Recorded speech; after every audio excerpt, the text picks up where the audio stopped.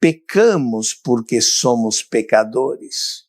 No es al revés, no es que nos volvemos pecadores porque pecamos. No pecamos porque ya somos pecadores. Si no tuviéramos esa naturaleza, si no fuéramos pecadores por dentro, no robaríamos, no mentiríamos, no actuaríamos con egoísmo, no haríamos lo malo. Hacemos lo malo porque algo está mal en nosotros. Nuestro verdadero problema no es simplemente evitar hacer lo incorrecto. No. Hacer lo malo es solo el síntoma, no la causa. La raíz del problema está en el corazón. El verdadero problema es que somos pecadores. Y por ser pecadores hacemos lo malo. Mira lo que dice la palabra de Dios. Abramos juntos la Biblia en 1 Juan capítulo 1 versículo 10. Si decimos que no tenemos pecado, nos engañamos a nosotros mismos y la verdad no está en nosotros. Qué fuerte declaración, pero no termina allí. El versículo siguiente dice, si confesamos nuestros pecados, Él es fiel y justo para perdonarnos y limpiarnos de toda maldad. Qué promesa maravillosa, qué esperanza gloriosa. Y una vez más, el apóstol insiste porque sabe que a veces somos duros de corazón. Si decimos que no hemos pecado, le hacemos a Él mentiroso. Y su palabra no está en nosotros. Es by. ¿Te das cuenta?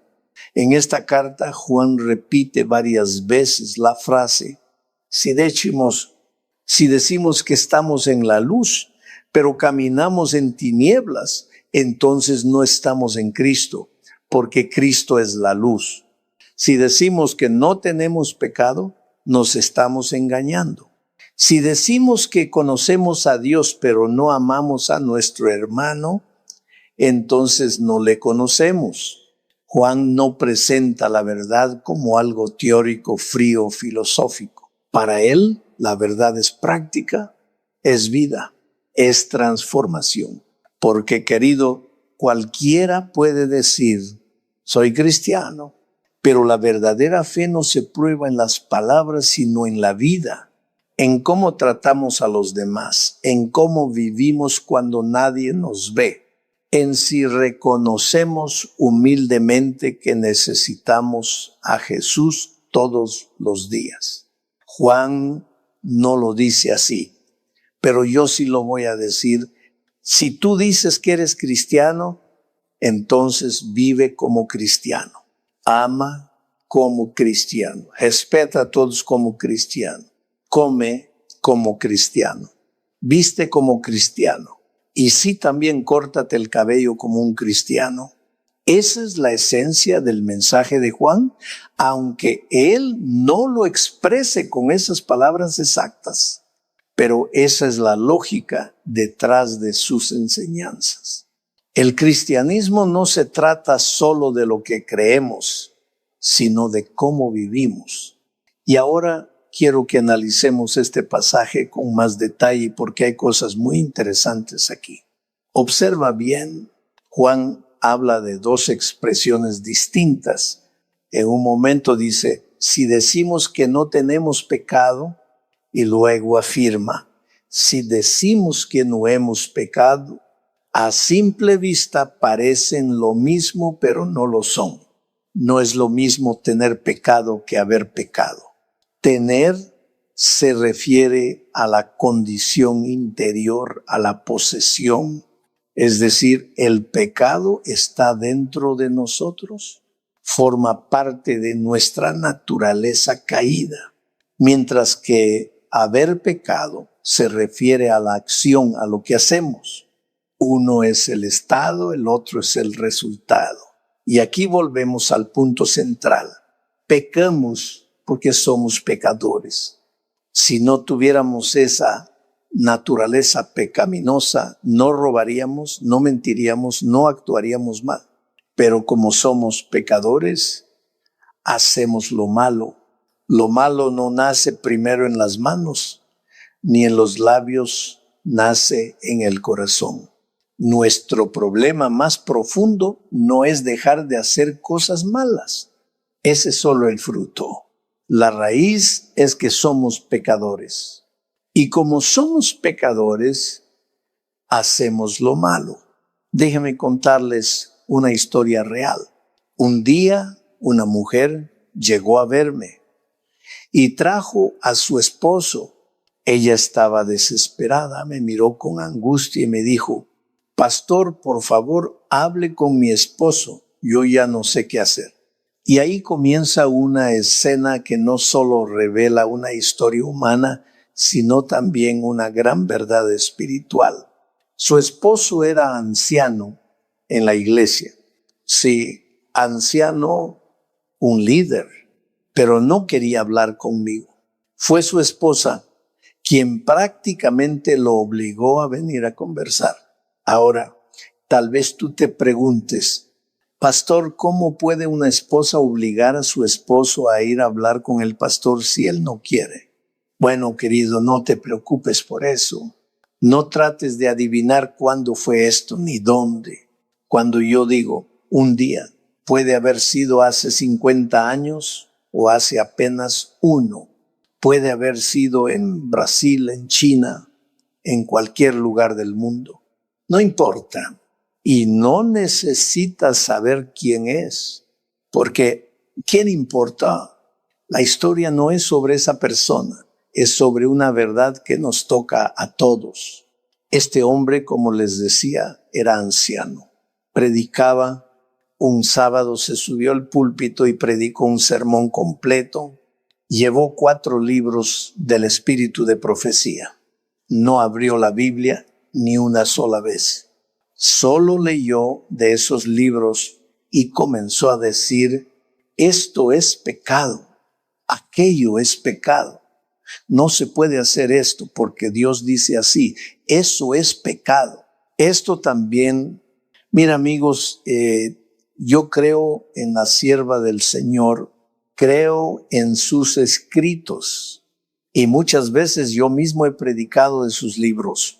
Pero quiero decirte algo importante.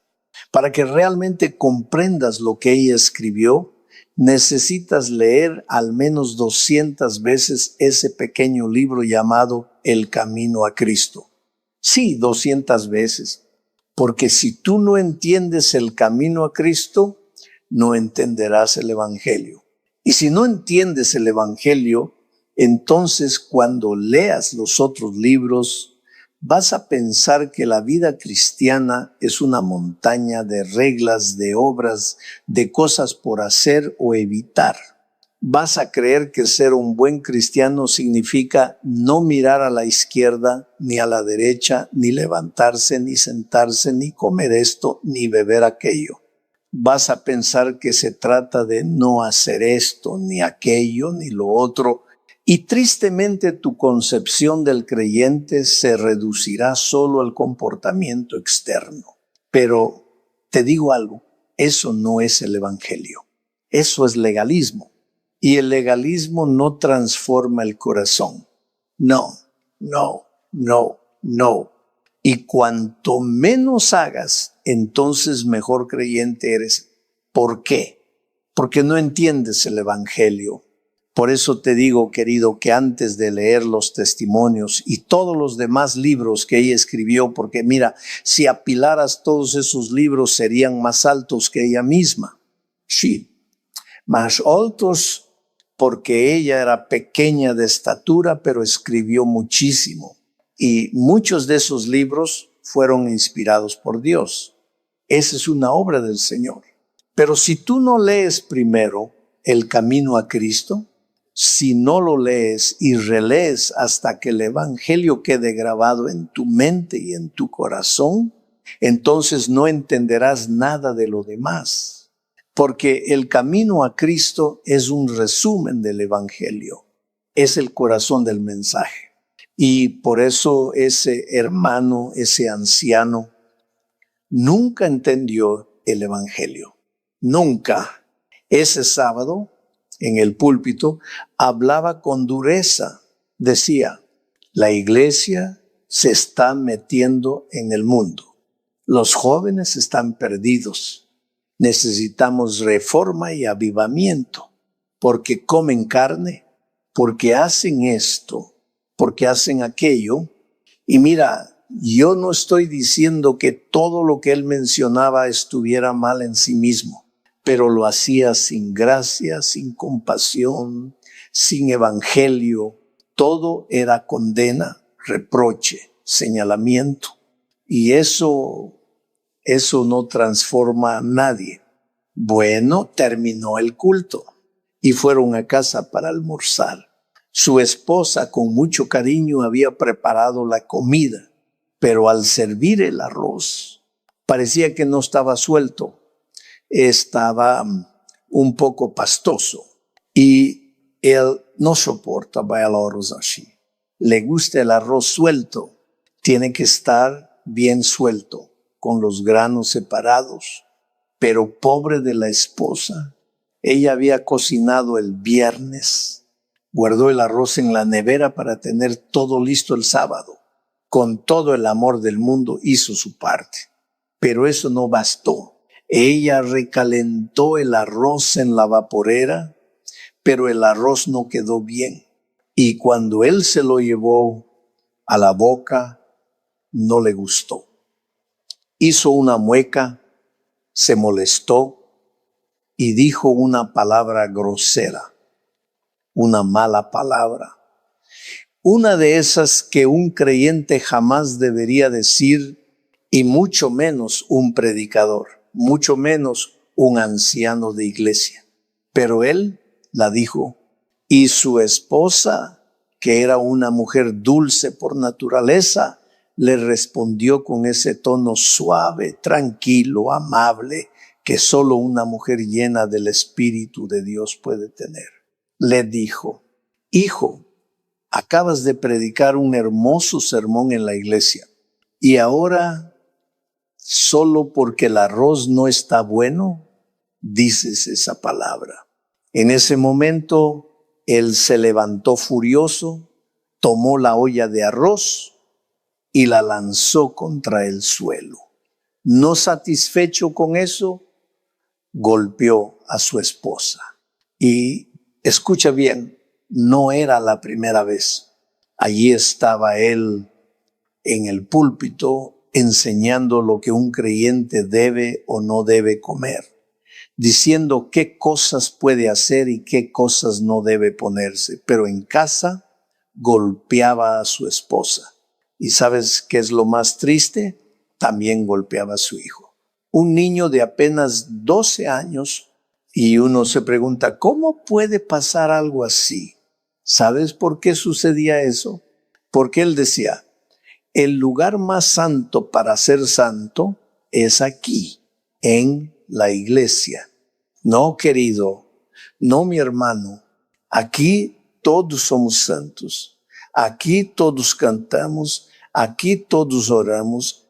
Lo que importa es qué haces al salir del púlpito, qué haces cuando llegas a casa, cómo hablas, cómo reaccionas cuando las cosas no salen como quieres, cómo tratas a tu esposa, a tus hijos, allí donde nadie te ve. Allí es donde Dios está mirando con más atención.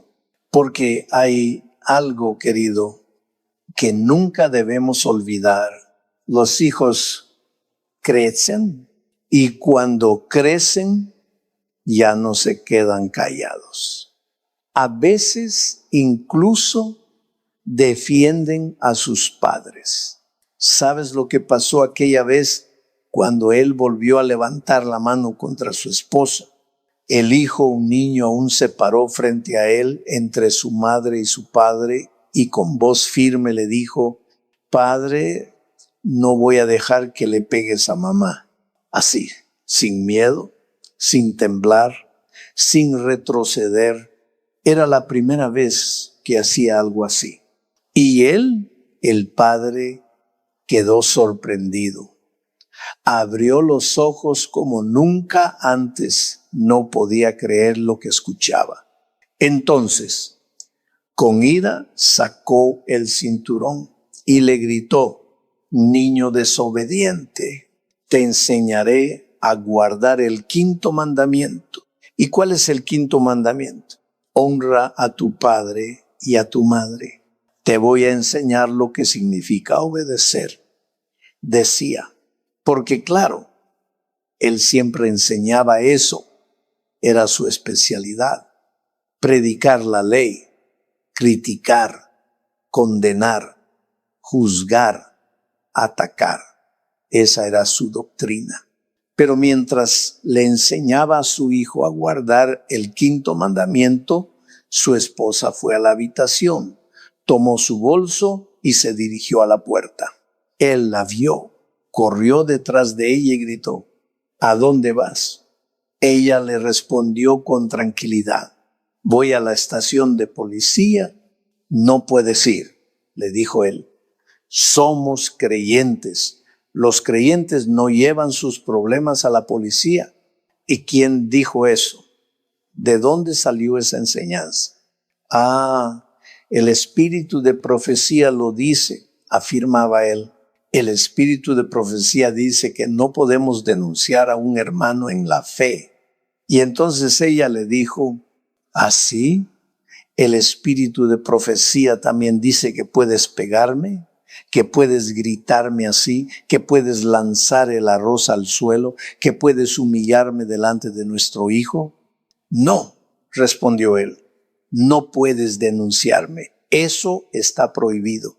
Pero ella solo lo miró y dijo con voz decidida, ahora sí me voy. Ahora sí te voy a denunciar. Y el hijo, con los ojos llenos de lágrimas, dijo lo mismo. Porque llega un momento, querido amigo, en que el silencio deja de ser una virtud y la verdad clama por justicia. ¿Por qué no? Porque somos el pueblo de Dios. ¿Cómo podemos armar tanto escándalo? Pero ese hombre, un pastor, hizo eso. Comenzó a hablar, a decir esto, aquello, todo lo que ella había dicho. Hubo momentos en la vida de ese pastor en que ya no quería estar allí. No tenía fuerzas para levantar la mirada porque sentía vergüenza de mirar a ese pobre hombre que se encogía más y más en su silla como si quisiera desaparecer. No sabía dónde esconderse porque su alma estaba quebrantada. Era un hombre conservador, un hombre serio, preocupado por mantener la disciplina en la iglesia, por fomentar un verdadero avivamiento, una reforma espiritual. Pero ahora estaba ahí sentado, derrotado.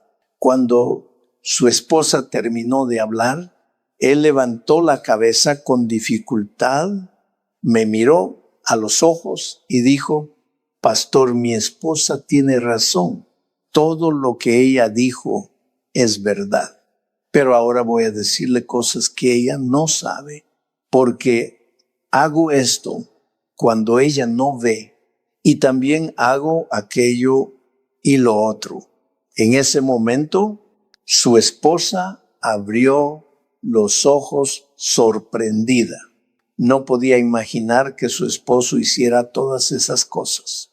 Pero aquel hombre comenzó a llorar con un llanto desconsolado. Lloraba con el alma, lloraba como un niño herido, tan fuerte que mi secretario abrió la puerta alarmado para ver qué estaba pasando. Y el hombre decía, entre lágrimas, pastor, todo terminó, ahora todos saben la verdad. Me voy de la iglesia. No quiero saber nada más de la iglesia ni de la religión. Me voy. Yo lo miré sorprendido y le pregunté, ¿pero por qué, hermano? ¿Qué pasa? Y él me respondió con angustia, porque, pastor, vivir la vida cristiana es imposible. He sido un hipócrita. Predicar es muy fácil, pero vivir es demasiado difícil. Lo intenté, pastor, luché, hice todo lo posible, me determiné una y otra vez, pero simplemente no se puede. No lo logro, pastor, estoy cansado, estoy agotado, por eso me voy. No quiero saber más nada de la iglesia.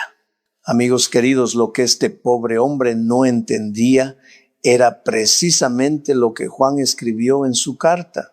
Si decimos que no tenemos pecado, nos engañamos a nosotros mismos. ¿Saben por qué dice esto Juan? Porque él aquí está hablando de la naturaleza pecaminosa del ser humano. Ahora, escúchame bien, porque esta noche te voy a explicar claramente qué es la naturaleza pecaminosa. Si no lo entiendes, no vas a poder ser feliz en la vida cristiana. Necesitas comprender esto claramente para experimentar la verdadera paz de Dios. Te lo explico así de sencillo. Cuando Dios creó a Adán y a Eva, ellos fueron creados con una naturaleza perfecta. Y quizás tú preguntes, pastor, ¿qué significa exactamente tener una naturaleza perfecta? Mira, es muy sencillo. La naturaleza perfecta es la capacidad natural para andar en los caminos de Dios, la facilidad de obedecer su voluntad y hacer lo correcto. Para Adán y Eva, caminar en los caminos del Señor, obedecer sus mandamientos, hacer la voluntad divina, no implicaba esfuerzo alguno. No tenían que luchar contra sí mismos. Para ellos, obedecer era algo natural, algo automático, era tan natural y espontáneo como respirar. ¿Tienes que esforzarte para respirar? ¿Tienes que pensar para respirar? No, ¿verdad? Respirar es algo natural. Puedes estar jugando, comiendo, viajando, conversando y sigues respirando. No lo piensas. Simplemente sucede. Sale de ti sin que lo notes. Así era para Adán y Eva. Cuando fueron creados, tenían una naturaleza perfecta. No había pecado en ellos. No conocían la maldad. Tenían una naturaleza limpia, pura, perfecta. Y por eso obedecer era lo más fácil del mundo. No necesitaban esforzarse para hacer lo correcto. Obedecer a Dios era como respirar, les salía naturalmente. Ahora, aquí viene la gran pregunta. Si todo era perfecto, si no había pecado, si no tenían inclinación al mal, entonces, ¿por qué pecaron? Nosotros pecamos porque decimos, no puedo resistir la tentación, pero Adán y Eva no podían usar esa excusa. Ellos no tenían debilidad alguna, tenían todo a su favor. Aún así, pecaron. ¿Y sabes cómo llama la Biblia eso? Lo llama el misterio de la iniquidad. Sí, misterio, porque una persona perfecta, sin maldad, sin tendencia al pecado, cayó. Y ese es el gran enigma. No podemos entenderlo con lógica humana, pero cuando pecaron, al hacerlo, se rebelaron contra su propia naturaleza. Iban en contra de lo que eran.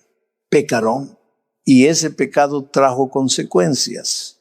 Desde ese momento, todos los seres humanos que vinieron después, empezando por Caín, el primer hijo, luego Abel, y todos los que vinimos después, tú, yo, todos, nacimos ya con una naturaleza diferente, ya no perfecta, una naturaleza caída. La Biblia lo describe así. El pecado entró al mundo y con el pecado la muerte. Hermano querido, el virus del pecado ya está dentro de nosotros desde que nacemos. Llevamos una inclinación natural hacia el mal desde pequeñitos, sin que nadie nos enseñe. Ya buscamos lo nuestro, ya queremos imponer nuestra voluntad, ya desobedecemos. Esa inclinación se llama naturaleza pecaminosa. Es una naturaleza egoísta. Queremos lo nuestro sin importar lo que Dios quiere. Queremos lo que nos gusta. Queremos lo que nos hace felices, aunque no siempre sea lo correcto. Esa es la naturaleza pecaminosa. Y todos, absolutamente todos, nacemos con ella. Ahora escúchame con atención. Con esa naturaleza caída, obedecer ya no es algo natural. Lo que para Adán y Eva era tan fácil como respirar, para nosotros se ha vuelto difícil. Porque ahora lo natural para nosotros es pecar. Sí, pecamos sin pensar. Pecamos como quien respira, porque el pecado está profundamente arraigado en nuestro ser. Es una inclinación, una tendencia, una fuerza interna que comienza desde la infancia. Y para que veas cuán profunda es esta inclinación, te propongo un reto. Toma en brazos a un bebé de 6, 7, 8 meses, un niño adorable, encantador, una ternura. Pero escucha lo que dice la Biblia. Ese niño tiene naturaleza pecaminosa. Tú puedes decirme, oh pastor, ¿cómo va a tener pecado si es un angelito? Sí, es tierno, pero ahora haz la prueba. Trata de darle el biberón.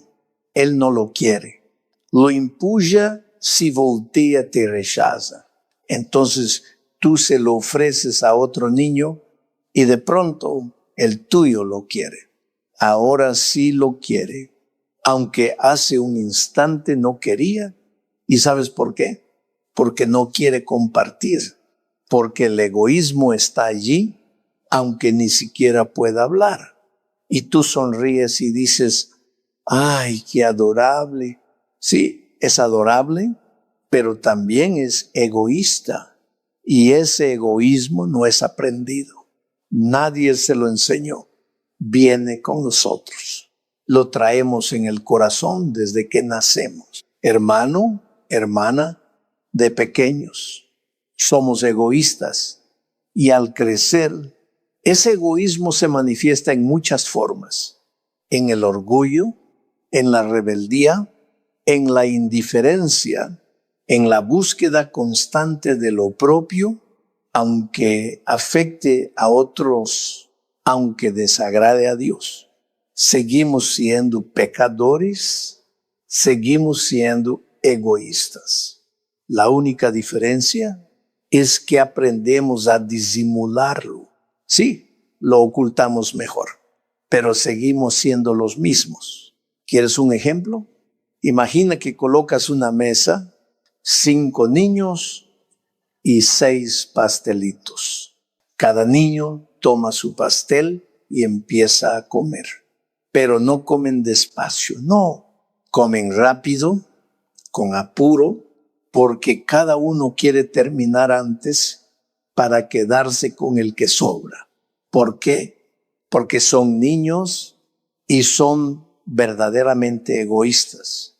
No lo ocultan, no lo disimulan, lo muestran sin vergüenza. Pero ahora, imagina, 5 adultos y 6 pastelitos. Cada uno toma su porción, la pone en su platito y come con calma, con educación. Terminan y queda un pastel. Uno dice, no, por favor, tú cómelo. Otro responde, no, de verdad, yo ya estoy lleno. El tercero dice, ay, no, si yo como más me va a hacer daño. Y así ninguno lo toma. Pero cuando salen del restaurante, cada uno va pensando por dentro, si los otros no hubieran querido quedar bien, me lo habría comido. Estaba delicioso. Ay, ende, ¿ya lo entiendes? De niños, el pecado es evidente. Somos pecadores reales, sin filtros, pero al crecer, seguimos siendo pecadores. Solo que aprendemos a cubrirlo, a maquillarlo, a justificarlo. Y muchas veces, incluso a vestirlo de piedad. ¿Por qué hacemos lo malo? Porque somos pecadores. Esa es nuestra naturaleza. Nadie tiene que enseñarnos a pecar. Nace con nosotros. Pero ahora viene la gran pregunta. ¿Cómo cambiar eso? ¿Cómo romper ese ciclo? ¿Cómo puede un ser humano dejar de vivir en esa esclavitud? Y eso, querido amigo, lo vamos a responder en el siguiente momento, porque hay esperanza. Sí, hay una salida, y esa salida se llama Jesucristo. Esa es la cuestión. Te voy a dar un ejemplo muy sencillo pero profundo. Imagínate que tengo un naranjo y está lleno de naranjas. Un día me acerco, tomo una de esas naranjas, la pruebo y está ácido, amargo, horrible. Entonces pienso, no quiero estas naranjas en mi jardín. Estas naranjas no son buenas, son feas, terribles. Quiero deshacerme de ellas. ¿Y qué hago? Compro un machete, me pongo debajo del árbol y empiezo a cortar. Corto una naranja, pero al rato crece otra, corto esa otra y ahora crecen dos. Subo a cortar y aparecen 4. Bajo a cortar y ya hay 8. Sigo cortando, corto. Toda mi vida podría pasarla cortando naranjas, tratando de deshacerme de ellas. Y cuanto más corto, más naranjas aparecen. Eso significa que sí, quiero eliminar el fruto amargo, pero estoy actuando de manera insensata. Hermano, hermana, si de verdad quiero que ese árbol deje de dar naranjas, hay una sola solución: cortar el árbol. Entonces, sí se acabarán las naranjas.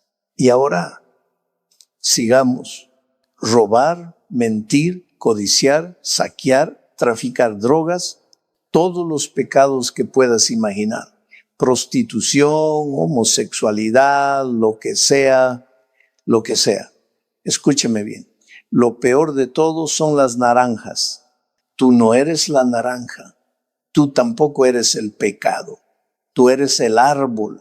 Bueno, en realidad, no. El árbol es el pecado que vive dentro de nosotros. Y todas esas cosas que mencioné, robar, mentir, codiciar, son solamente los frutos del pecado. Eso es justamente lo que escribió Pablo a los creyentes de Galacia. Él no los llamó simplemente pecados, sino frutos del pecado. Frutos de una raíz interna que aún está viva. Ahora, hay cristianos que sinceramente quieren seguir al Señor, quieren cambiar y hacen esto. Dicen, ya no voy a mentir, y dejan de mentir. Luego dicen, ahora voy a dejar de robar, y dejan de robar. Pero mientras están dejando de robar, aparece otro pecado. Cortan una naranja y crecen 2 más. Cortan esas 2 y aparecen 4. Es una lucha que no termina, una batalla constante. ¿Y sabes por qué? Porque el árbol sigue ahí. El árbol del pecado sigue arraigado en el corazón. Y si tú de verdad quieres que el pecado desaparezca, no basta con cortar las naranjas. No. Tienes que cortar el árbol. Tienes que arrancar el pecado de raíz. Y ahora leamos este pasaje otra vez con reverencia. La Biblia dice, si decimos que no tenemos pecado, nos engañamos a nosotros mismos y la verdad no está en nosotros. Qué fuerte es eso. Si dices que no hay pecado en tu vida, si afirmas que en tu corazón no hay árbol de pecado, entonces te estás engañando a ti mismo. Y escúchame, querido, lo peor en esta vida es vivir engañado. Imagínate a alguien que se mira al espejo y dice, Oh, qué bonito mi cabello, pero está calvo, completamente calvo. No hay nada más tonto que engañarse a uno mismo. Yo tengo un amigo, lo digo con cariño, él cree que canta bien, pero solo él lo cree. Él va a las reuniones, canta con entusiasmo, pero los hermanos sienten lástima, porque la verdad es que no canta bien. Y como nadie va a las reuniones, ¿qué hace él? Dice, no importa, aunque nadie venga, yo seguiré cantando para el Señor. Y los hermanos corren para que deje de cantar, pero él sigue cantando convencido de que lo hace bien. Lo repito con todo mi corazón.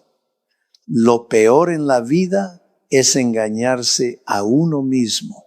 Tengo el cabello rubio y soy un peruano mestizo, descendiente de los incas. Soy alto y también pequeño. Sí, así es la vida, llena de contrastes. Pero hoy no vengo a hablarte de mi apariencia, sino de algo mucho más profundo, la vida del creyente. Mucha gente no la entiende y entonces comienzan a decir cosas como: no debes hacer esto, no debes hacer aquello, no debes hacer lo otro.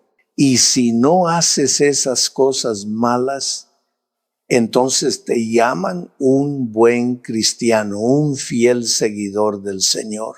Pero escúchame con atención, eso no es verdad. Te estás engañando. Te engañas a ti mismo porque el verdadero problema no está afuera, el verdadero problema está adentro. El árbol del pecado está plantado en tu corazón. Por eso el apóstol Juan dice: si decimos que no tenemos pecado, nos engañamos a nosotros mismos y la verdad no está en nosotros. ¿Te das cuenta? El pecado no es simplemente lo que haces, es lo que eres sin Cristo. Es una condición del corazón. Y en el siguiente versículo Juan va aún más allá. Dice: si decimos que no hemos pecado, lo hacemos a él mentiroso. Mira la gravedad de esto. En el versículo anterior, solo te engañabas a ti mismo, pero ahora estás llamando mentiroso a Dios. ¿Y cuándo sucede esto?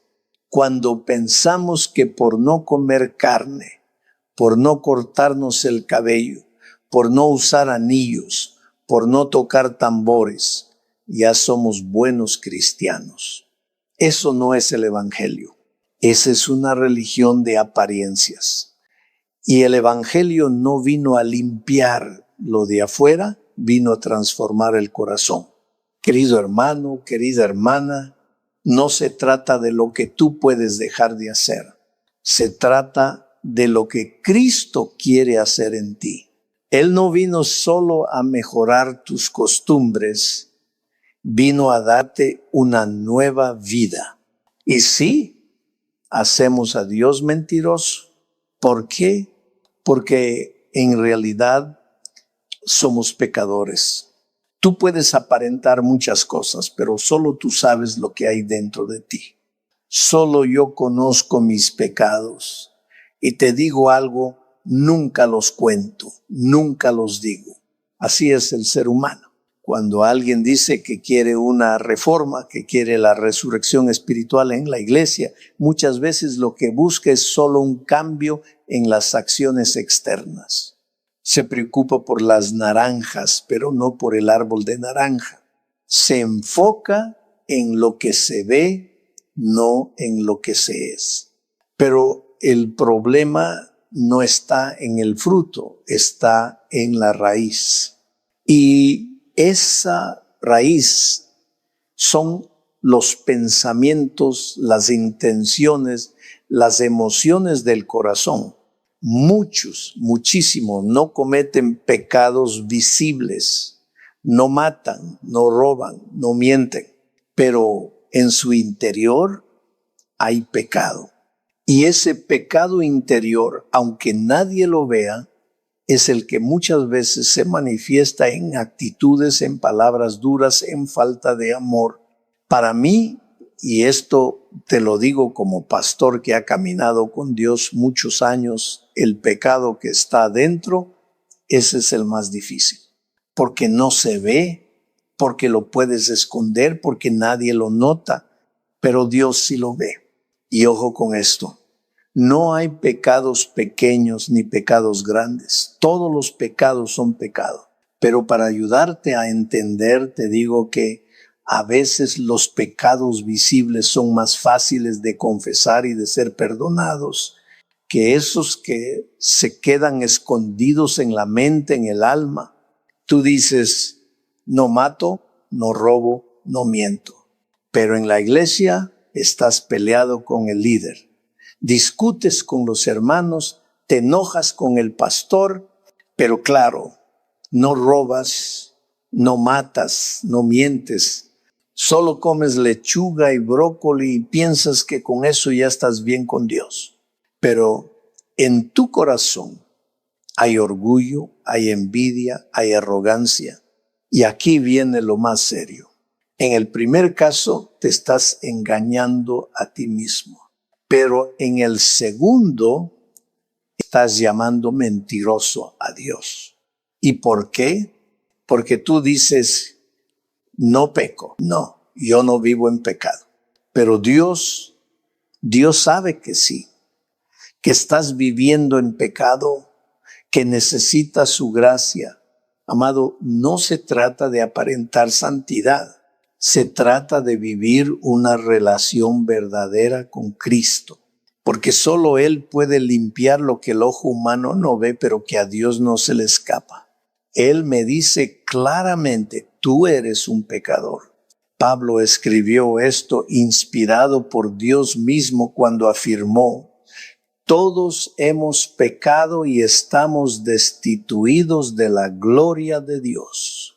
Pero cuando yo digo, no, yo ya no miento, ya no peco más, entonces estoy llamando mentiroso a Dios, porque Dios afirma en su palabra que todos hemos pecado. Pero yo con arrogancia respondo, sí, Señor, todos han pecado menos yo. ¿Te das cuenta de lo grave que es eso? Significa que estoy mintiendo. Mis palabras ya no son verdad, porque la única verdad, escúchame bien, es que todos hemos pecado. Todos necesitamos desesperadamente la gracia de Dios, pero aquí, queridos hermanos, solo estoy mostrando el problema. No puedo terminar el sermón así. ¿Te imaginas? Si yo termino ahora, llegarás a casa pensando, oh, estoy perdido, soy un pecador miserable. ¿Qué será de mí? Claro que sí, porque descubres que el pecado no solamente es visible en tu vida exterior, sino que está profundamente arraigado dentro, en el árbol del pecado plantado en tu corazón. Pero no, tranquilo, la palabra de Dios no termina ahí, hay esperanza. Mira lo que dice el siguiente versículo, el versículo 9. Si confesamos nuestros pecados, Él es fiel y justo para perdonar nuestros pecados y limpiarnos de toda maldad. Ahora déjame explicarte lo que significa esto. ¿Quieres una solución para tu pecado? ¿Quieres encontrar paz? Aquí está el primer paso. Debes confesar tu pecado. Debes venir a Dios y decirle claramente, Señor, soy pecador, soy culpable, perdóname. Tienes que reconocer quién eres delante de Él. Llora en su presencia si es necesario y dile, Señor, mira mi condición, mira cómo estoy, no merezco nada. Señor, estoy perdido sin ti. Necesito desesperadamente tu gracia, tu misericordia. Desee. La confesión es algo maravilloso, pero cuidado, también puede ser peligrosa. Porque muchas veces algunos pastores, mejor dicho, algunos predicadores, no siempre pastores, enseñan que hay que confesar nuestros pecados, no solo a Dios, sino también a otras personas. Y es cierto, querido, es bueno confesar a otros también, siempre y cuando esa confesión sea edificante, sea para restaurar, para sanar, nunca para destruir, nunca para dañar. Confiesa a Dios. Y si has ofendido a alguien, busca con humildad restaurar esa relación. Pero recuerda siempre que el perdón definitivo, la limpieza completa, la restauración profunda, solamente Dios puede dártela, porque Él es fiel y justo para perdonarte, para limpiarte y para hacerte nuevo. Entiende bien lo que te estoy diciendo, querido hermano. La confesión es esencial, sí. Debes confesar a Dios y en ciertas ocasiones también confesar a otras personas. Pero atención, solamente cuando esa confesión sea edificante, constructiva, nunca destructiva. Déjame explicártelo mejor con un ejemplo real que ocurrió hace apenas unos días. Vino una mujer y me dijo así: pastor, mire a mi hijo de 19 años, hermoso, guapo, encantador. Mi esposo lo ama profundamente, es nuestro único hijo. Pero pastor, esta semana Dios tocó mi corazón y sentí que debía confesar algo. Este joven no es hijo de mi esposo no lo sabe. He guardado este secreto por casi 20 años, pero hoy ya no aguanto más. Siento que debo confesar a mi esposo, confesar a algún amigo, confesar delante de toda la iglesia. No importa si me expulsan, pastor, necesito confesar. Ahora, yo te pregunto sinceramente, ¿esta confesión es edificante o destructiva? ¿Traerá restauración o causará heridas profundas, irreparables? Por eso digo claramente, confiesa siempre a Dios, corre a sus brazos, dile todo, llora delante de Él, abre tu corazón ante su presencia. Porque, querido hermano, cuando la confesión brota genuina y sincera desde lo más profundo de tu ser, algo poderoso sucede. Cuando ya no sientas que tus labios son hermosos, maravillosos y perfectos, porque no haces esto o aquello, cuando reconozcas humildemente que eres un pecador miserable y desesperadamente necesitas la misericordia divina, entonces Dios comenzará a actuar. ¿Y qué hace Dios cuando confiesas así? Observa atentamente el pasaje bíblico. Dice claramente que Dios hace dos cosas contigo. Primero, Él es fiel y justo para perdonarte. Gloria a Dios por eso. Lo primero que hace es perdonarte. Toma tu pecado, lo lanza lejos al fondo del mar y nunca más se acuerda de él. Pero atención, no termina ahí. En segundo lugar, ¿qué hace Dios? Él también comienza un proceso profundo de limpieza en tu corazón. Para entenderlo mejor, volvamos al ejemplo del árbol. Imagina que comiste una naranja, eso es el pecado cometido, y Dios te perdona por haber comido esa fruta prohibida. Pero entonces Dios en su amor no se limita a quitar esa naranja pecaminosa de tu mano. Él corta el árbol que dio fruto a ese pecado. Lo corta si viene, pero cuidado, aquí viene algo importante. ¿Eso significa que la batalla terminó, que todo terminó ya?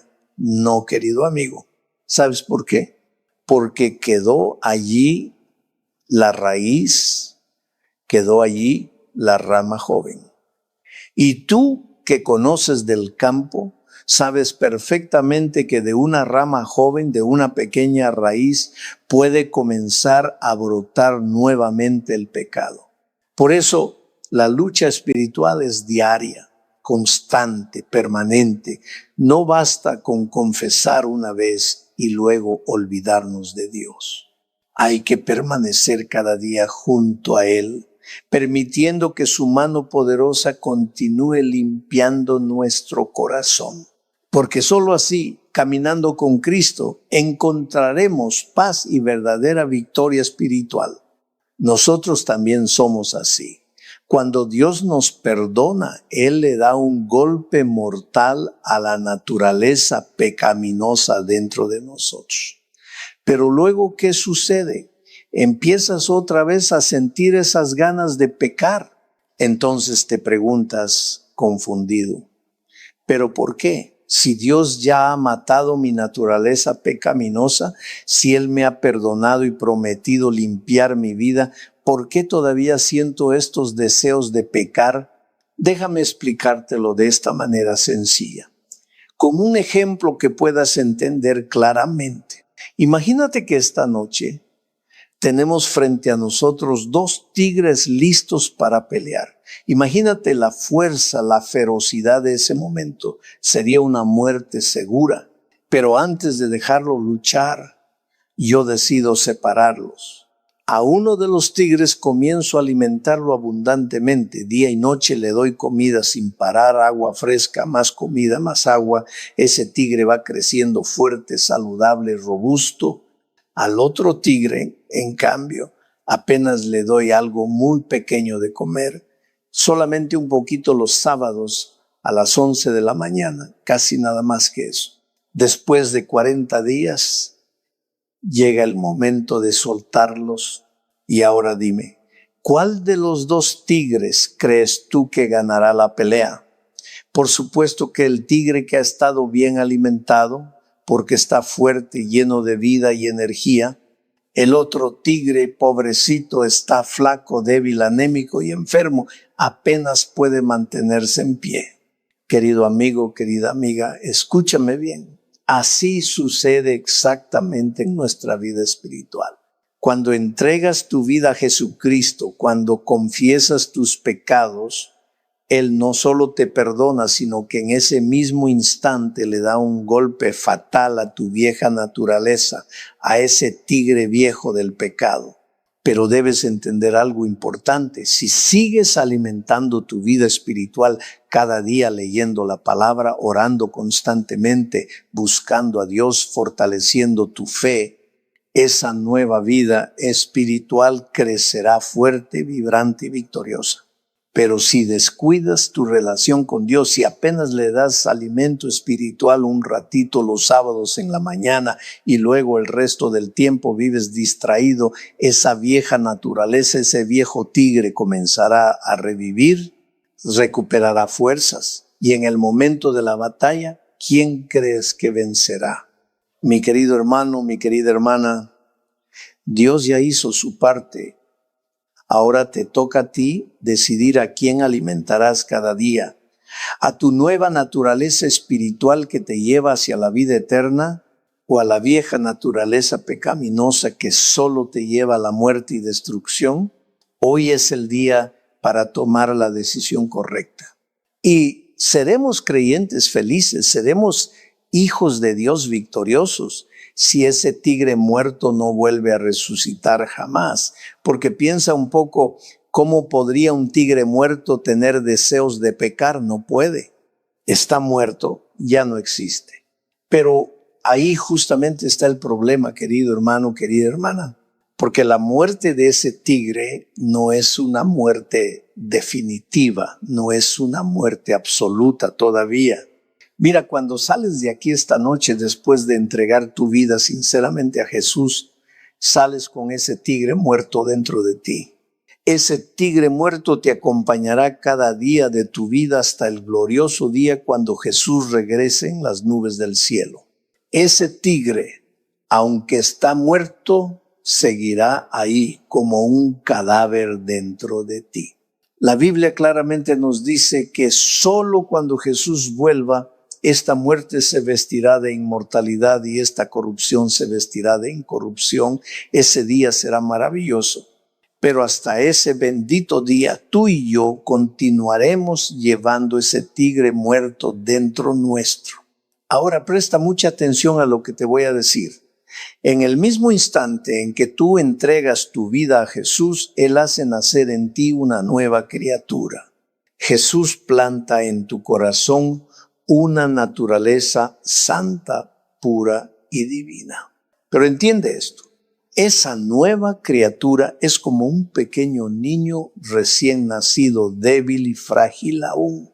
Así que desde el día de tu conversión, ahora llevas dentro de ti dos realidades. Por un lado, esta nueva naturaleza que anhela hacer la voluntad de Dios, que busca lo puro, lo santo, pero es joven, pequeñita, recién nacida. Y por otro lado, tienes ese tigre viejo, pecaminoso, pero en estado de muerte. ¿Sabes cuál es el peligro más grande? Que ese tigre viejo pueda volver a la vida. ¿Y cómo puede pasar eso? Escúchame bien, querido. Cada vez que le das comida, cada vez que alimentas tus pensamientos negativos, cada vez que cedes a tentaciones, a cosas que sabes que no agradan a Dios, ese tigre muerto comienza lentamente a despertar. Primero, apenas abre un ojo porque lo estás alimentando. Sigues dándole un poco más de alimento. ¿Y qué pasa? Abre el otro ojo. Continúas alimentándolo, comienza a mover un hombro, luego mueve el otro. Y si continúas dándole alimento, no pasará mucho tiempo antes de que ese tigre vuelva a estar completamente vivo, listo para destruir tu vida espiritual. Por eso, querido amigo, querida amiga, aunque ya has sido bautizado, aunque ya entregaste tu vida a Jesús, no permitas jamás que ese tigre viejo vuelva a tomar fuerzas. Alimenta diariamente la nueva naturaleza en Cristo. Aférrate cada día a la palabra de Dios. Busca la comunión diaria con Cristo, porque cuanto más alimentes tu vida espiritual, más fuerte será la criatura santa que Él ha puesto en ti. Y aquel tigre viejo, te lo aseguro, permanecerá muerto para siempre. ¿Y qué significa darle de comer al tigre viejo?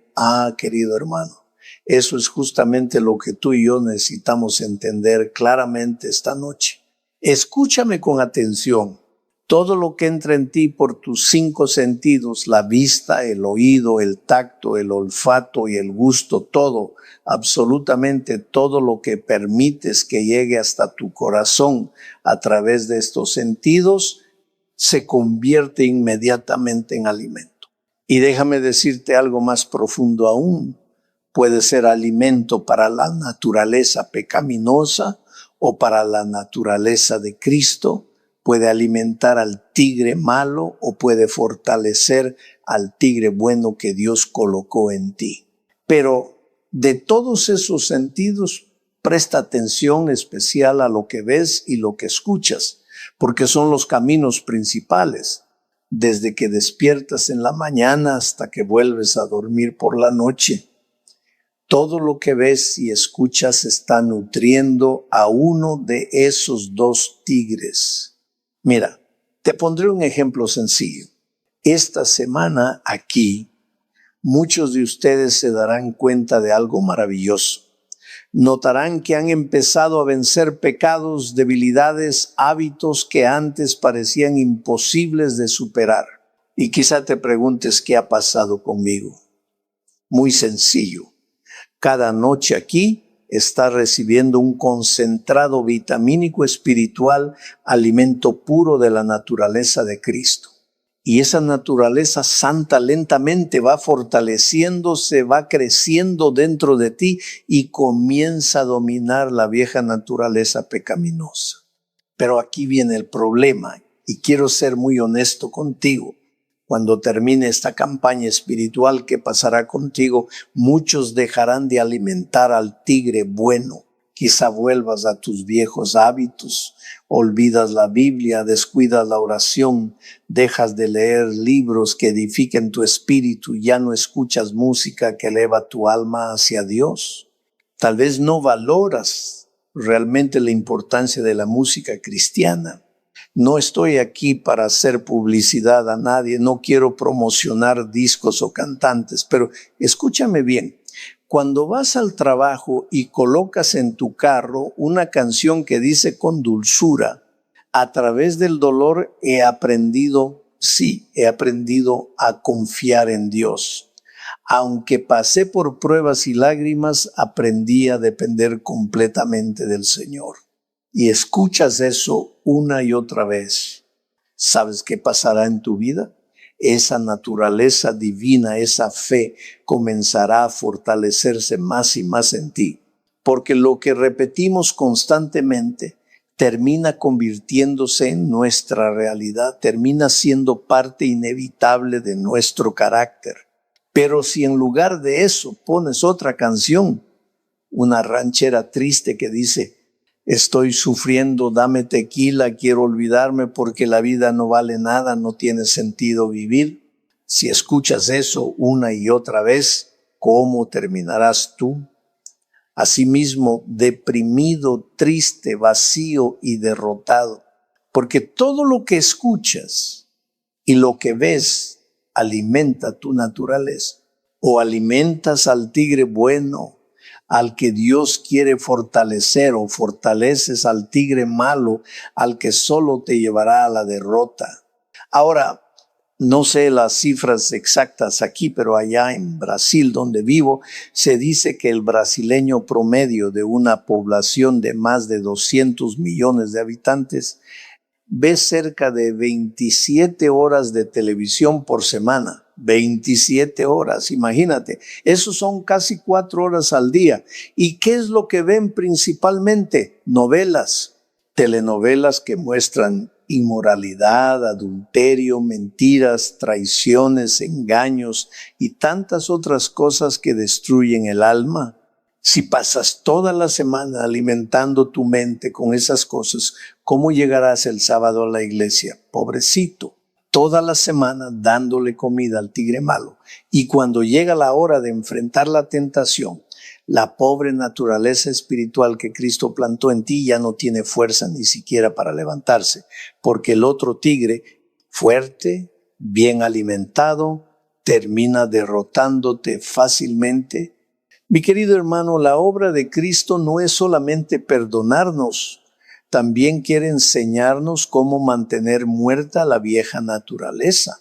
Pero alguien me dice: pastor, quiero leer la Biblia, pero no tengo ganas. Eso es como decir: pastor, quiero comer, pero no tengo ganas de comer. Imagínate eso. Recuerdo cuando era niño, a veces no quería comer porque estaba enfermo. Y mi mamá decía con sabiduría de madre: el enfermo que come no morirá. Aunque no quieras comer, aunque no tengas ganas, necesitas comer. Si tienes hijos pequeños, ¿qué haces cuando no quieren comer? ¿Te acuerdas del avioncito? Ahí viene el avión, abre la boca, hijo. Qué juego tan simple.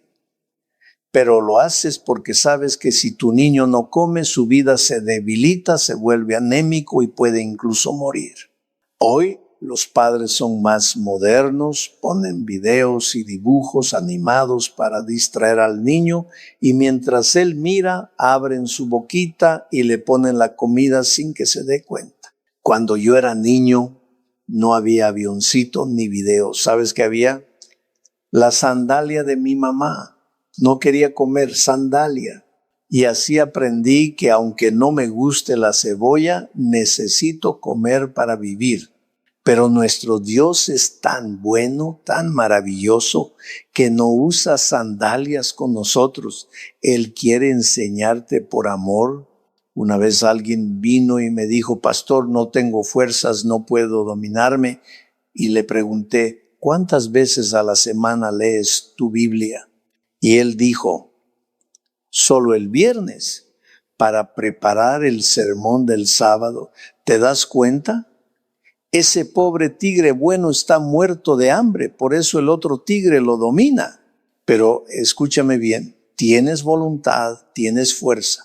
Claro que sí. Si no, dime algo: ¿a qué hora te levantas para trabajar? A las 4 o 5 de la mañana. Imagínate, es invierno, hace frío afuera, tu cama está calientita, suena la alarma. ¿Te levantas feliz y emocionado? Claro que no. No quieres levantarte, pero aún así lo haces.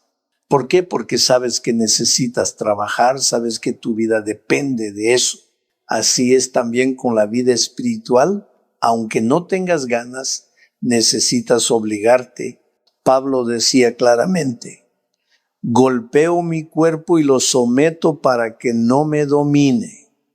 Así que hoy, querido hermano, querida hermana, decide alimentar cada día al tigre bueno, a la naturaleza santa de Cristo. Aunque cueste esfuerzo, busca a Dios cada día, porque sólo así cada día serás más fuerte y tendrás la victoria final en Cristo Jesús. Jesús era una persona de oración frecuente, persistente y prevalente. La oración era una parte indispensable de todo lo que era. Era la fuente de su vida espiritual, su crecimiento espiritual, su poder espiritual. En Mateo 26:41 instó a sus discípulos a permanecer vigilantes y orar para no ceder a la tentación. Hubo al menos 2 momentos cruciales en la vida de Jesús, cuando su oración se destacó sobre todos los demás tiempos. Uno fue en el jardín de Getsemaní, cuando Jesús enfrentó la realidad de la cruz. Aunque sus discípulos habían venido con él, Jesús los dejó descansar mientras él avanzaba más en el jardín y oraba tan intensamente que sudaba gotas significativas de sangre.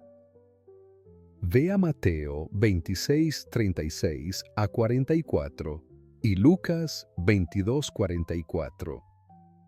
La segunda oración de importancia monumental ocurrió durante aquellas horas oscuras y terribles que pasó en la cruz. Aunque estaba sufriendo la intensa agonía de la crucifixión, el corazón de Jesús se volvió hacia sus verdugos y en su nombre oró: Padre, perdónalos, porque no saben lo que hacen. Lucas 23:34. No hay duda al respecto. Nuestro Señor era un hombre de oración. ¿Cuándo y dónde oraba Jesús? La oración profunda y prevalente no siempre es conveniente. La oración efectiva requiere un compromiso con el tiempo y el lugar. Jesús ejemplificó este hecho en Marcos 1:35. Antes del amanecer de la mañana siguiente, Jesús se levantó y salió a un lugar solitario para orar. ¿Cuándo oraba Jesús? Oraba durante la frescura del comienzo del día. Oraba cuando no había nadie alrededor, cuando no había interrupciones. Pasaba tiempo de calidad temprano con su Padre. La oración efectiva requiere un compromiso con el tiempo y el lugar. Jesús se levantó y salió a un lugar solitario para orar. Oraba mientras su mente estaba fresca y no sobrecargada con los muchos detalles de la vida. ¿Alguna vez te has levantado muy temprano en la mañana para orar? Esos momentos suelen ser los más refrescantes, los más gratificantes, los más preciosos. ¿Dónde oraba Jesús? Podría haberse quedado en su habitación o incluso en la casa, pero no lo hizo. Encontró un lugar solitario en el que acercarse y comunicarse con su Padre. Como nuestro ejemplo, Jesús oraba frecuentemente. Pasaba tiempo de calidad en oración. Oraba cuándo y dónde. No sería asaltado por las interrupciones. Aunque Jesús había venido del Padre, sabía que su fuerza residía en la oración. Entonces, si Jesús necesitaba orar, ¿cuánto más necesitamos nosotros si necesitaba encontrar tiempo de calidad para orar? ¿Cuánto más deberíamos nosotros Y si consideraba necesario alejarse de los demás mientras oraba, ¿cuánto más?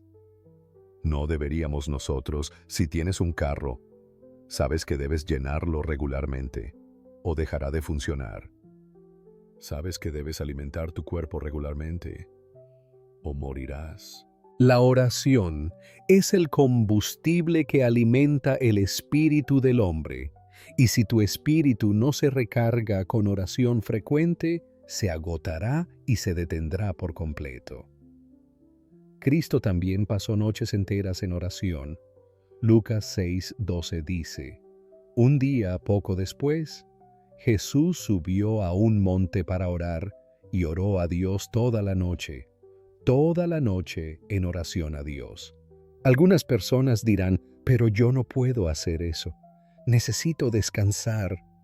Sí, necesitas tu descanso, pero necesitas pasar algunas noches en oración.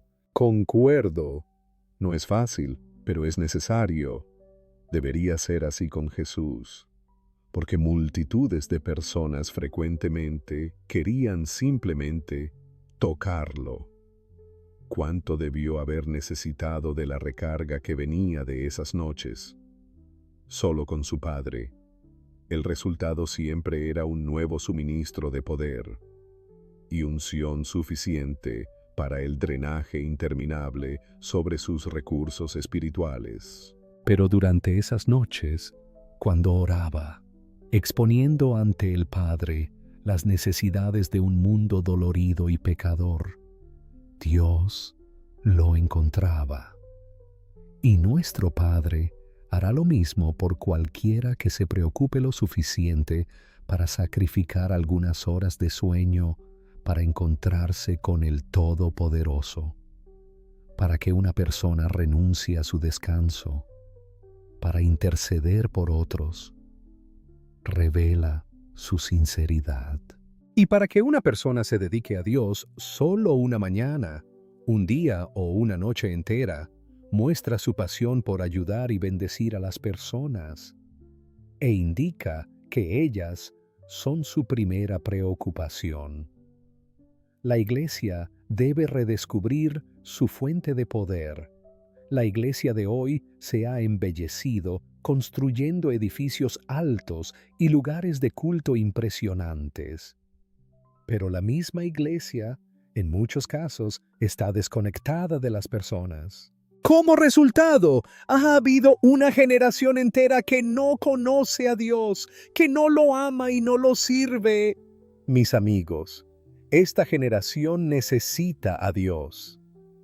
La Iglesia de hoy, la Iglesia debe renacer para la tarea de alcanzar esta generación para Dios. Debe alcanzar la cima de la montaña y pasar tiempo en oración. Necesitamos buscar a Dios. Necesitamos aprender a buscarlo con todo nuestro corazón. Necesitamos esas reuniones de oración en la montaña. Necesitamos esos tiempos de oración solitaria. Los necesitamos 1000 veces más de lo que Jesús jamás necesitó. La oración era la comunión de Jesús, su inspiración, su fuerza. Jesús estableció el estándar de oración para nosotros. Nos estaba mostrando cómo vivir, cómo adorar, cómo orar. Y si queremos tener éxito en nuestras vidas para el Señor, haríamos bien en seguir el ejemplo de nuestro Señor. Jesús dijo en Lucas 18:1 que siempre debían orar y no desistir. Dios quiere que aprendamos a orar en tiempos de adversidad, en tiempos de turbulencia, en tiempos de problemas. Quiere que oremos y no perdamos el corazón o nos demos por vencidos. No te rindas, no te des por vencido. Cualquiera puede hacer eso, pero se necesita resistencia, valor y compromiso para orar y no perder el corazón. La oración no ocupaba un segundo lugar en la vida de Jesús. Es bello darse cuenta de que, aunque Jesús era el Hijo de Dios, el Salvador del mundo, La oración siempre ocupaba el primer lugar en su vida. La oración tenía la prioridad número 1 para él. ¿Ocupa la oración el primer lugar en tu vida? ¿Tiene esa misma prioridad en tu vida como la tenía en la vida de Jesús? Seamos muy honestos. La mayoría de nosotros ora si tenemos tiempo. Oramos si el bebé no llora y nos perturba. Oramos si los vecinos no vienen por la noche. Oramos si el bebé no llora y nos perturba. Oramos si no tenemos que limpiar la casa, hacer compras o ir al trabajo. Pero si la oración va a ser efectiva en cada una de nuestras vidas, como Dios pretendía, debe tener la máxima prioridad en nuestras vidas. Cuando Jesús fue al tope de la montaña para orar, estaba allí para ese único propósito. Nada lo perturbaba allí. Entonces, Él oraba. Y hasta que tú y yo aprendamos a utilizar la oración de la misma manera unidireccional, nunca seremos capaces de alcanzar los topes de la montaña de bendición y unción y recibir la bendición de Dios. La oración sacerdotal de nuestro Señor. La oración de Jesús en Juan 17 es uno de los capítulos más significativos de toda la Biblia. En él podemos sentir el palpitar del corazón de Jesús mientras ora a su Padre. Y las preocupaciones por su pueblo que expresó allí son preocupaciones que deberíamos compartir al ir a Dios en oración. Veamos algunas de esas cosas sobre las cuales Jesús oró en su oración sacerdotal. La oración en la cual también podemos percibir la profundidad de su amor por el Padre y por nosotros, sus hijos. Jesús oró para que sus discípulos fueran todos uno. Ahora estoy saliendo del mundo. Ellos se quedan en este mundo, pero yo vengo a ti. Padre Santo, me has dado tu nombre. Ahora protégelos con el poder de tu nombre para que estén unidos, así como nosotros estamos. Juan 17, 11. Qué preciosa realización. Jesús oró por ti y por mí, y oró para que pudiéramos ser uno con Él de la misma manera que Él es uno con su Padre. Piensa en la cercanía, en el calor, en el compartir que ocurre entre padres e hijos. Y Jesús está pidiendo al Creador del universo que traiga esa misma afinidad entre Jesús y todos sus seguidores. Creación. El hecho de que Jesús orara por esto indica que es posible y que deberíamos orar por ello. Jesús oró para que sus discípulos tuvieran alegría. Ahora vengo a ti. Les he dicho muchas cosas mientras estaba con ellos en este mundo, para que estén llenos de mi alegría. Juan 17, 13. Qué maravilloso es darse cuenta de que cuando Jesús oró por todos nosotros, oró para que poseyéramos su divina alegría con los recursos de Jesús disponibles. Nunca deberíamos estar tristes o infelices. Deberíamos estar, de hecho, llenos de alegría, su alegría. Y ciertamente el gozo del Señor es vuestra fuerza. Nehemías 8:10. Cuando estamos alegres, estamos llenos de fuerza, pero cuando nuestra alegría se va, nos volvemos débiles. Esto también es un tema adecuado para nuestras oraciones. Jesús oró para que todos sus discípulos fueran guardados del mal, una verdad que resuena poderosamente hasta hoy. Amén. Esa oración, registrada en Juan 17:15, no te pido que los saques del mundo, sino que los protejas del maligno. Refleja la comprensión profunda de Jesús sobre las realidades espirituales y los desafíos enfrentados por sus seguidores. Sabía que, aunque estuviéramos en este mundo, no pertenecemos a él. Estamos sujetos a tentaciones, luchas y ataques espirituales que buscan desviarnos del camino que Dios trazó para nosotros. La estrategia de Jesús, al orar por nuestra protección, no era sacarnos de las dificultades, sino fortalecernos ante ellas. Es un recordatorio de que, a pesar de las adversidades, somos más que vencedores por medio de aquel que nos amó. Como Pablo destaca en Romanos 8:37, mas en todas estas cosas somos más que vencedores por medio de aquel que nos amó. Esto significa que, independientemente de lo que enfrentemos, la victoria está garantizada por medio de Cristo. Entender esto cambia nuestra perspectiva sobre las luchas y las tentaciones. En lugar de vernos como víctimas de las circunstancias o de los ataques del enemigo, podemos afirmarnos en la verdad de que Dios nos capacita para superar cada desafío. Efesios 6:12 nos recuerda que nuestra lucha no es contra carne y sangre, sino contra los principados, contra las potestades, contra los príncipes de este mundo de tinieblas, contra las fuerzas espirituales del mal en las regiones celestes. Esto nos alienta a revestirnos de toda la armadura de Dios para que podamos resistir en el día malo y, después de haber hecho todo, permanecer firmes. La oración de Jesús también enfatiza la importancia de la oración continua y de la vigilancia espiritual.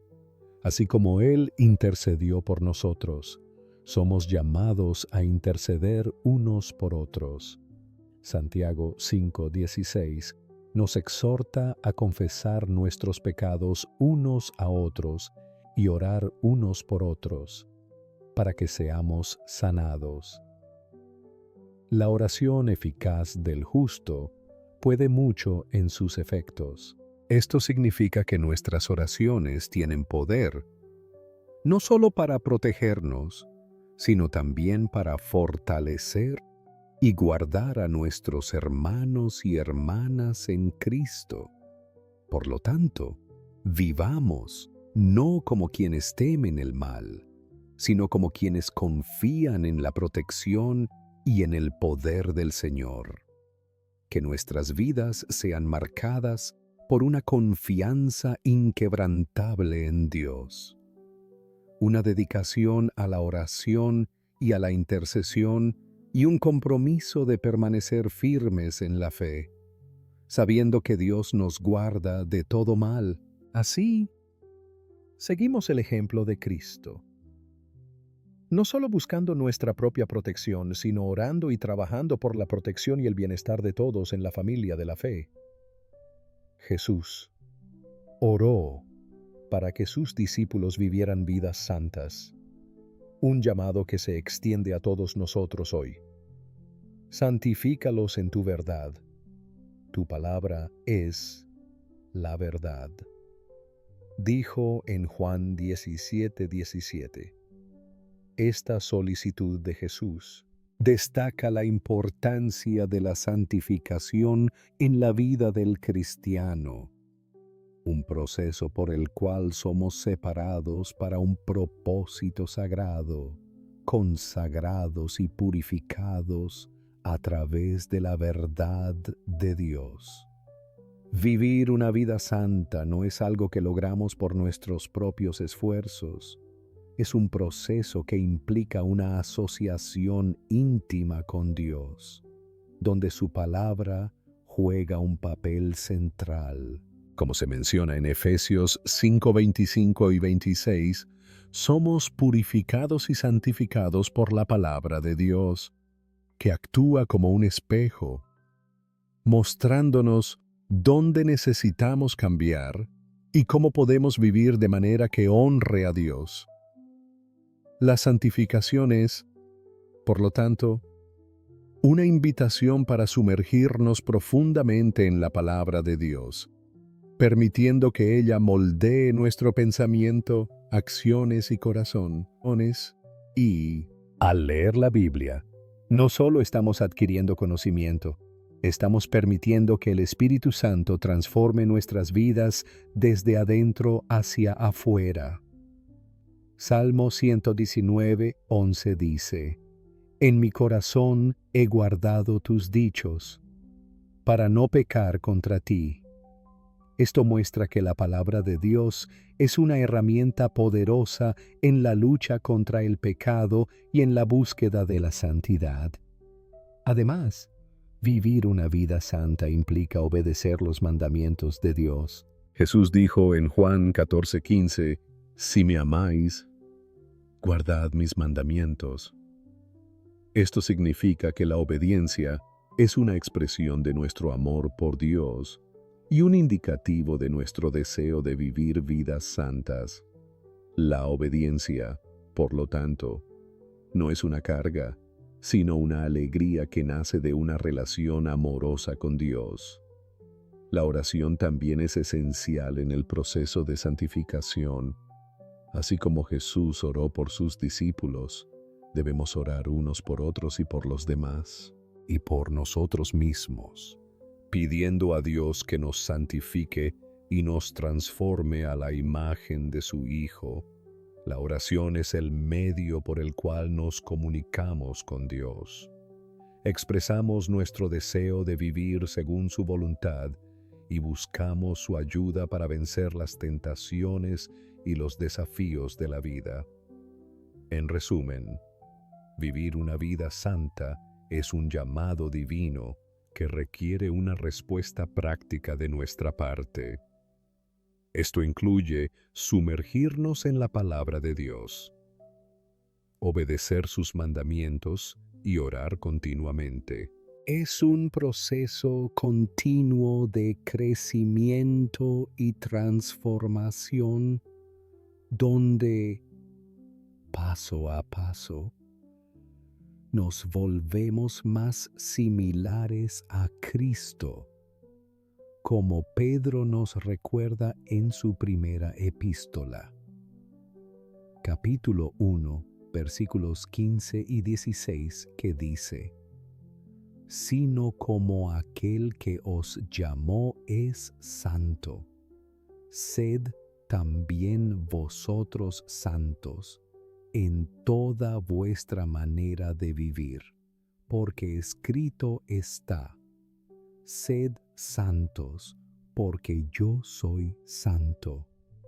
Así, al vivir vidas santas, reflejamos el carácter de Dios al mundo y cumplimos el propósito por el cual fuimos llamados. Jesús oró por una perfección en unidad para sus discípulos, como se registra en Juan 17, 23.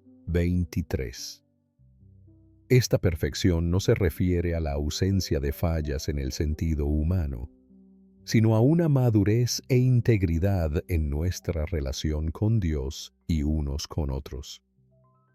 La idea es que, a través de esta unidad y amor perfectos, el mundo pueda reconocer la verdad del Evangelio y el amor del Padre por nosotros, así como Él ama al Hijo. Este es, sin duda, un llamado elevado, pero también es una promesa de tal perfección es posible. La búsqueda de esta perfección y unidad es un proceso continuo de crecimiento espiritual. Efesios 4:13 nos alienta a proseguir hasta que todos lleguemos a la unidad de la fe y del conocimiento del Hijo de Dios, a un hombre perfecto, a la medida de la estatura de la plenitud de Cristo. Esto significa que nuestro objetivo es volvernos cada vez más como Jesús, reflejando su amor, su santidad y su verdad en todo lo que hacemos. Vivir de manera que revele el amor de Dios al mundo implica más que solo palabras. Requiere acción. Santiago 2:17 nos recuerda que así también la fe, si no tiene obras, está muerta en sí misma. Esto implica que nuestra fe en Jesús y nuestro deseo de ser usados como testigos de su amor deben ser evidenciados por actos de bondad, misericordia y justicia en la vida cotidiana. Además, la oración constante por nosotros mismos y por los demás es vital para mantener esa unidad y perfección en Cristo. Colosenses 4:2 nos aconseja perseverar en la oración, velando en ella con acción de gracias. A través de la oración, nos alineamos con la voluntad de Dios.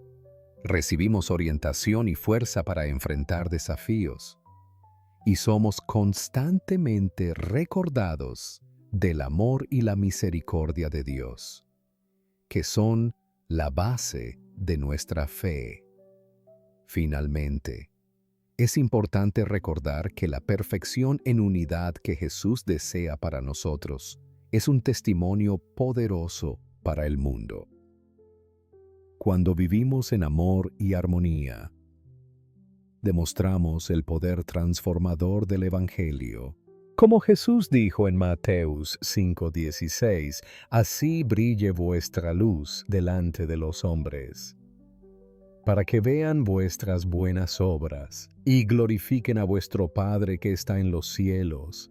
Por lo tanto, que cada uno de nosotros busque vivir en unidad y amor, esforzándonos por ser perfectos en Cristo, no solo para nuestro propio crecimiento espiritual, sino para que el mundo pueda ver y conocer el amor de Dios a través de nuestras vidas. Esto no es solo un ideal lejano, sino una realidad alcanzable. A medida que nos entregamos diariamente a Dios y permitimos que Él nos transforme.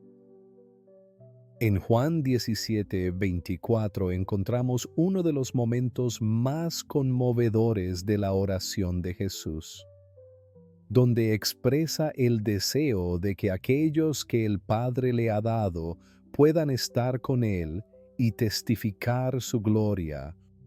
Esta gloria no es solo una demostración de poder y majestad, sino también una revelación del amor profundo y eterno que Dios tiene por nosotros.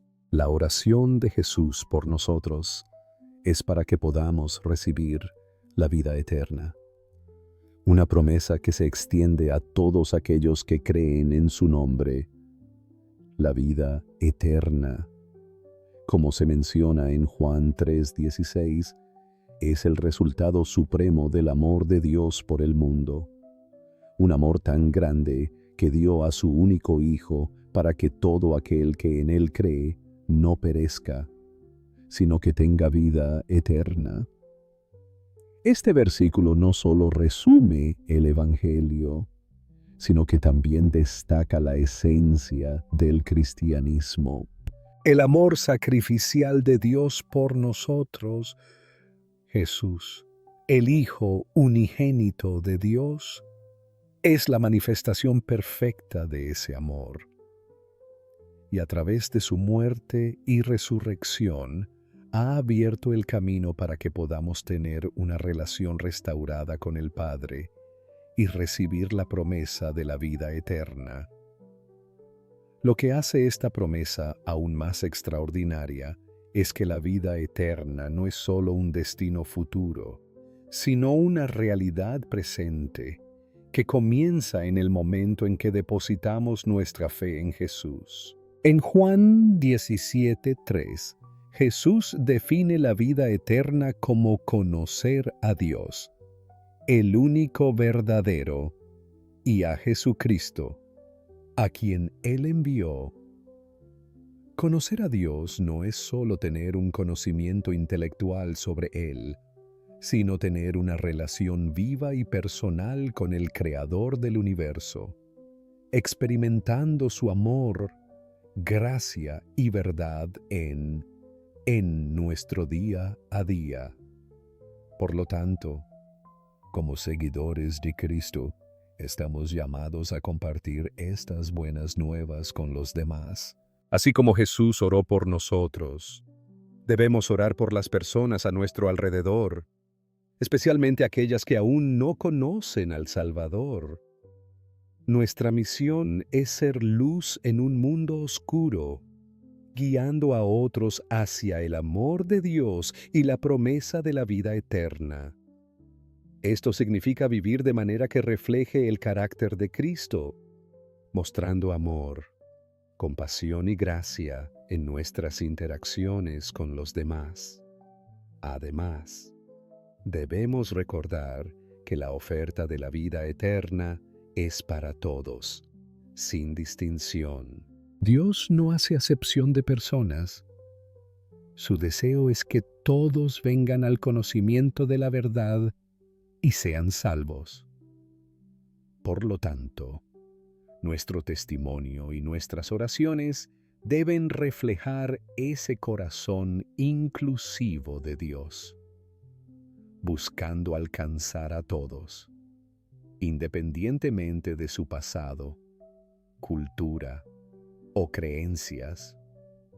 En resumen, la oración de Jesús en Juan 17:24 es un recordatorio poderoso del amor de Dios por nosotros y de su deseo de que compartamos esa vida eterna con otros. Que vivamos cada día con la conciencia de esta maravillosa verdad y que nuestras vidas sean un testimonio constante del amor y la gracia de Dios, atrayendo a otros hacia la luz del Evangelio y hacia la esperanza de la vida eterna en Cristo Jesús.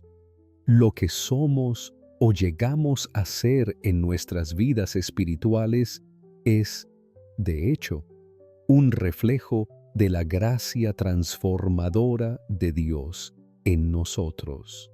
Esta transformación comienza en el momento en que reconocemos a Jesús como nuestro Salvador y decidimos seguir el patrón de vida que Él nos dejó. Un patrón marcado por el amor, la entrega y la salvación, y la comunión constante con el Padre. Al orar por nosotros, Jesús expresó el deseo profundo de que fuéramos uno con Él, así como Él es uno con el Padre, evidenciando la importancia de la unidad y la comunión en el viaje cristiano. Filipenses 2:5-7 nos exhorta a tener la misma mentalidad que Cristo Jesús, quien siendo en forma de Dios, no consideró ser igual a Dios algo a ser utilizado en su propio beneficio. En cambio, se vació a sí mismo, tomando la forma de siervo, como un hombre haciéndose obediente hasta la muerte, y muerte de cruz.